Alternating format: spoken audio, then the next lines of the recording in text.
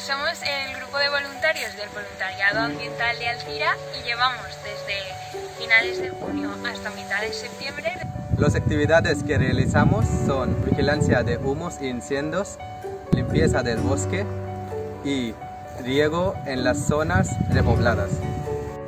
Los principales problemas que nos estamos encontrando este año son las quemas agrícolas en días de preemergencia 3 y quemas agrícolas fuera del horario establecido por las leyes de cada municipio. Y con esto queremos pedir a los agricultores que se informen de los planes de quema para así poder evitar posibles incendios. Proponemos como alternativa a la quema la trituración de los restos de poda. De esta manera reduciríamos la emisión de CO2 y por otra parte, mediante la descomposición de esta materia, aportaríamos nutrientes al ecosistema.